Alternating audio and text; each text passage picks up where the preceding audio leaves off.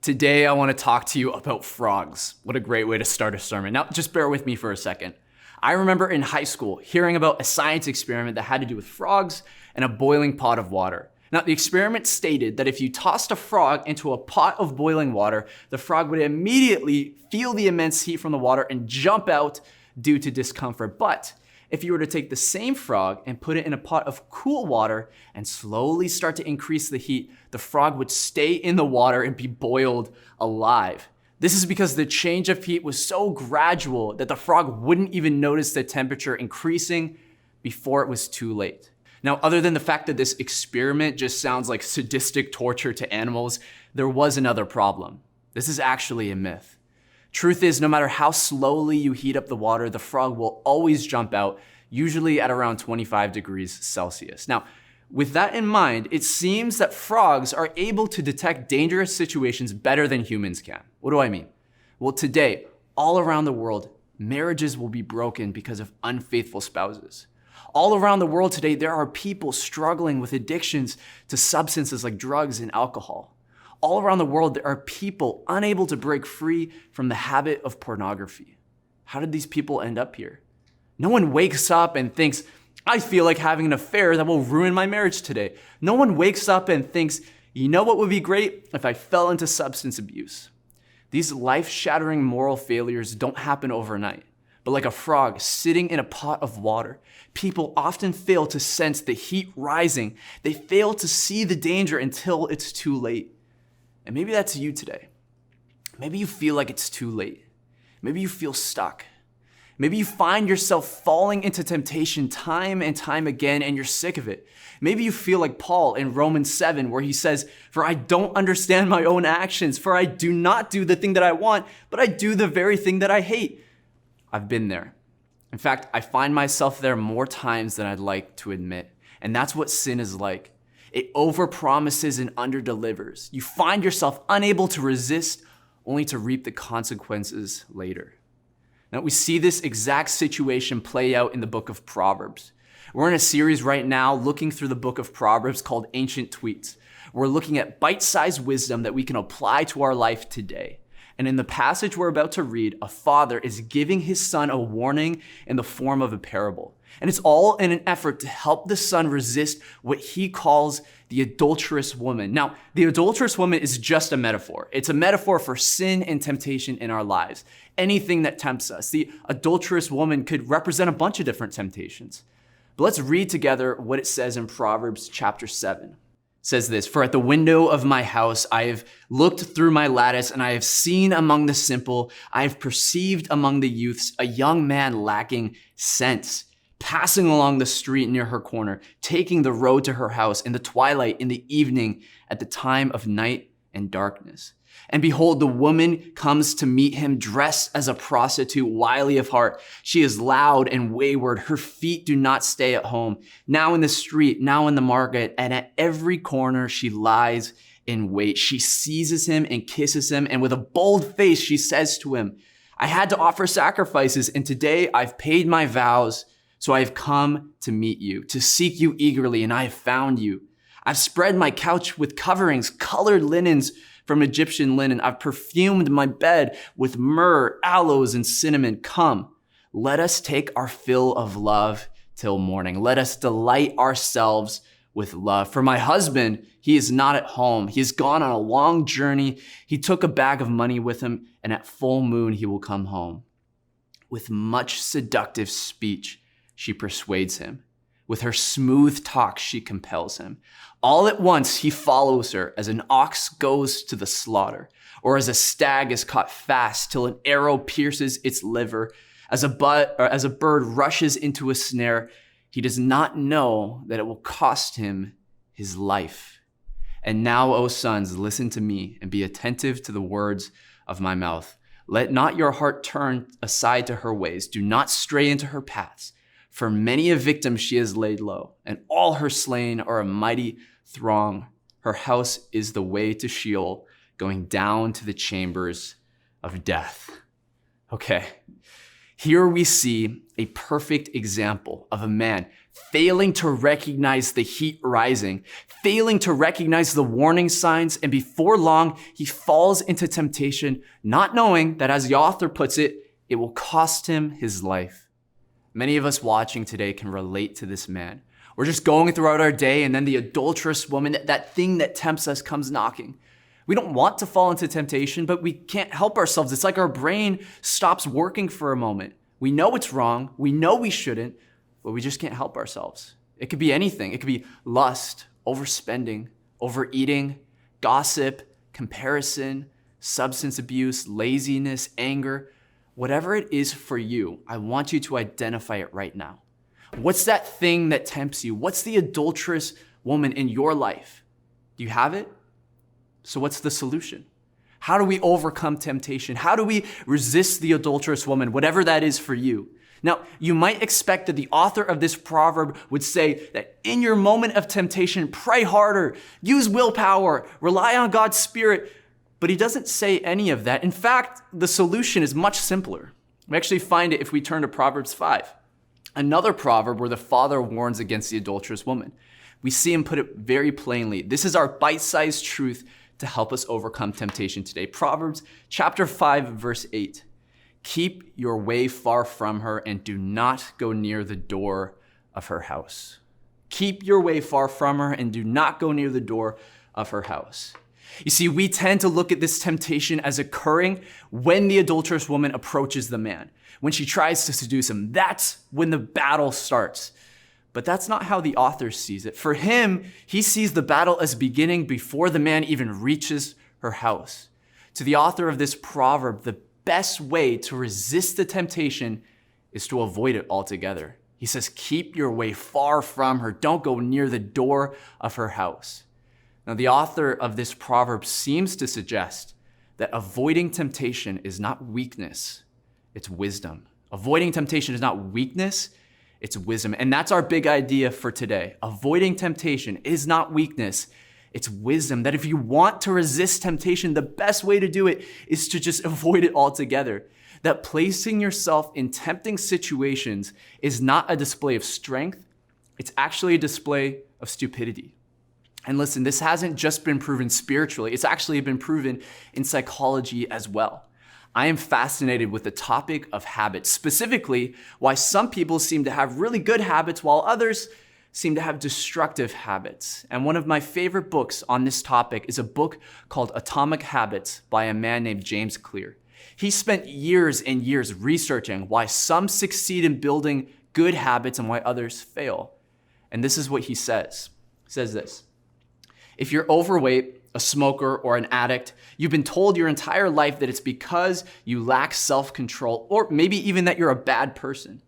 The idea that a little bit of self-discipline would solve all of our problems is deeply embedded in our culture. Recent research, however, suggests something very different.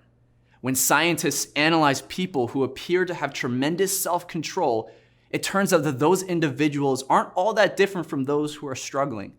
Instead, disciplined people are just better at structuring their lives in a way that does not require heroic willpower or self-control. In other words, they spend less time in tempting situations.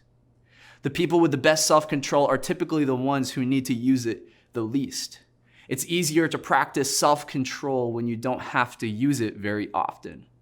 So yes, perseverance, grit, and willpower are essential to success. But the way to improve these qualities is not by wishing that you were a more disciplined person, but by creating a more disciplined environment. See, what James Clear is suggesting here is what the author of the Proverbs suggested centuries ago, that the best way to resist temptation is to avoid it altogether. Keep your way far from her. Don't go near the door of her house. And it makes sense, doesn't it? The less tempting situations you put yourself in, the less often you'll fall into temptation. And this is why some of us today need to evaluate our decisions and realize that we've been putting ourselves in too many stupid situations, and then we wonder why we keep failing. And so I want to get really blunt here. For the person struggling with an addiction to lust, pornography, fantasizing, evaluate yourself. What movies are you watching? What are you scrolling past on Instagram? What websites are you giving yourself unfiltered access to? Think about it honestly. How close to the adulterous woman's house are you getting? Because you could eliminate a lot of temptation today by deleting your Instagram account. You could eliminate a lot of temptation today by changing the types of movies and TV shows that you watch. For the person who struggles with insecurity and comparison, evaluate yourself. What accounts are you following? What perfect person's life are you watching closely and comparing yourself to? Because you could eliminate a lot of temptation today by changing the accounts that you follow, by changing what you watch on TV. For the person who struggles with substance abuse, evaluate yourself. Who are you surrounding yourself with? Are you allowing yourself to have easy access to your vices? Because listen, you could eliminate a lot of temptation today by changing your friend group. You can choose to put into practice the principle that this proverb is teaching, that avoiding temptation is not weakness, it's wisdom. Why choose to resist temptation tomorrow when you have the power to eliminate it today? There's too much at risk for you to flirt with the line. Now, I know what you might be thinking. Nathan, what you're suggesting sounds so inconvenient. What you're suggesting involves so much sacrifice. I mean, deleting Instagram, that's how I connect with other people. Not hanging out with certain people, they're my friends. Installing a filter on my computer, what if it blocks a website that I need to get on? That's gonna make my life so much more inconvenient. Yeah, it will. Yeah, it's inconvenient, but if it's the difference between you being stuck in destructive habits and freedom, don't you think it's worth it? Listen, sin always overpromises and underdelivers. Sin always leads you down a path you don't want to go. And if we want to honor God with our lives, if we want to see victory over temptation, it's going to take some sacrifice. It's going to take some drastic measures. And that's why Jesus says in Matthew chapter 5, he says, if your right eye causes you to sin, tear it out and throw it away. For it's better for you to lose one of your members than for your whole body to be thrown into hell. Now, Jesus is not suggesting that you start chopping off body parts and come to church looking like a pirate with an eye patch and a hook for a hand. What he is suggesting is that you do what it takes to eliminate sin in your life. Yes, sacrifice is inconvenient, but you have to ask yourself, what do you want more? Convenience or freedom? Now, I want to make something very, very clear. This principle is not a silver bullet to solve all of your struggles with sin. The reality is that you cannot avoid all temptation in your life. I'm not suggesting that you become a monk and move out to the desert. The reality is that sometimes the adulterous woman comes and knocks on your door. You will come across temptations that are unavoidable. But choose to save your willpower and strength for the battles you can't avoid, rather than wasting it on the ones that you can. Listen, the strongest warriors don't waste their energy on battles that they don't have to fight. They save their strength for the battles that are unavoidable. And you can do the same today. So I want to challenge you today. Evaluate yourself. Are you walking down the path to the adulterous woman's house? Are you flirting with the line? Are you allowing bad influences into your life? Are you spending time alone with that coworker, but just telling yourself, oh, they're just a friend? Are you scrolling through Instagram post after Instagram posts that make you compare and feel insecure? Are you watching TV shows and movies with risky scenes? Listen, you can't avoid all temptation. I promise you, the adulterous woman will come and find you, but you can choose to greatly reduce the amount of temptation you have to face. You can save your willpower and strength for the battles that matter most, the ones you can't avoid. Now, you might think this sounds so simple, but in practice, it's very difficult. It means sacrifice. It means inconvenience. It means recognizing the heat rising and jumping out of the pot of water before it starts to boil. It's not easy, but it's worth it. And I know that by asking God for wisdom and strength, you can take a different path. You can avoid the adulterous woman. It might be inconvenient. The path might be a longer way home, but you will see greater resistance, more victory in your life. Remember, the decisions that you make today determine the regrets that you have tomorrow. So take this principle into your week and live it out. Avoiding temptation is not weakness, it's wisdom. As we close, I want to remind you that you're not alone in this fight. Yes, we have a responsibility to be wise and avoid temptation, but God doesn't leave us to fend for ourselves. Don't choose to fight alone. And maybe you're watching and you've recognized that you've made poor decisions in life. Maybe you're not proud of the decisions that you made and you feel shame, isolation, and hopelessness. I want you to know that God loves you and He provided a way for your sin and shame to be dealt with once and for all. It came from Jesus' death on the cross. He took the punishment we deserved. And if you're watching and you want to accept the gift of forgiveness and choose to live for Him, I want to lead you in a short prayer. So if that's you today, I want to encourage you to just pray this. You don't have to say it out loud. You can just say it in your minds. Say it under your breath. But say, God, I've messed up. I've sinned. I've turned my own way and I've done my own thing. I don't deserve your love. I can never earn your love. But today I choose to accept this gift of forgiveness that you offer me. I choose to turn away from my sin and I choose to follow you. I know I won't be perfect, but I know that I'm a child of God. Thank you for new life. Today I give you mine. And God, for every other person watching today, I just pray, Lord, that you would give us the strength and the wisdom to take this principle into our week and live it out, that we would not flirt with the line, that we would not go near the house of that thing that tempts us, but that we would keep our path far from her and that we would live for you and exercise wisdom, because we know that avoiding temptation is not weakness, it's wisdom. So God, I thank you for what you've done in our hearts today, and I thank you for what you will continue to do in our lives this week, and we pray this all in your name. Amen. If you made a decision today to follow Jesus for the first time, or if you just need to talk to a pastor for prayer and support, I would encourage you to text the number on your screen right now, and a pastor will get back to you as soon as possible.